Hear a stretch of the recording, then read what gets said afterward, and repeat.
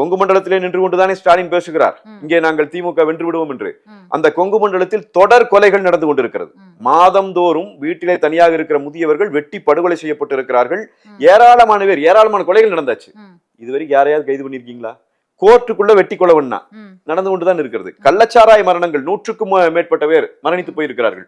தமிழ்நாடு முழுவதும் கஞ்சா போதை, இந்த சிந்தட்டிக் ட்ரக்ஸ் இதனுடைய புழக்கம்.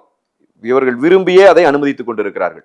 அப்ப ஒரு பக்கம் நாட்டை கடனுக்குள்ள தள்ளுறீங்க, இன்னொரு பக்கம் முழுக்க சட்டம் ஒழுங்கை சீரழித்து வைக்கிறீங்க. மக்கள் நலத்திட்டங்கள் என்று கொடுத்து கொண்டு வந்த அத்தனையும் நிறுத்திட்டீங்க. மக்களுக்கான நலத்திட்டங்கள் இன்றைக்கு இல்ல. கடனை வாங்கி அதிலிருந்து பணத்தை எடுத்து பணமா கொடுப்பதன் மூலமா இதுதான் எங்கள் சாதனை என்று நீங்கள் சொல்லிக் கொண்டிருந்தால் நாட்டிலே உடைய தொழில் வளர்ச்சி பாதிக்கப்பட்டிருக்கிறது. 1000 MSME தொழிற்சாலைகள் மூடப்பட்டிருக்குது. டிகிரி முடித்து வேலை தேடுபவரா?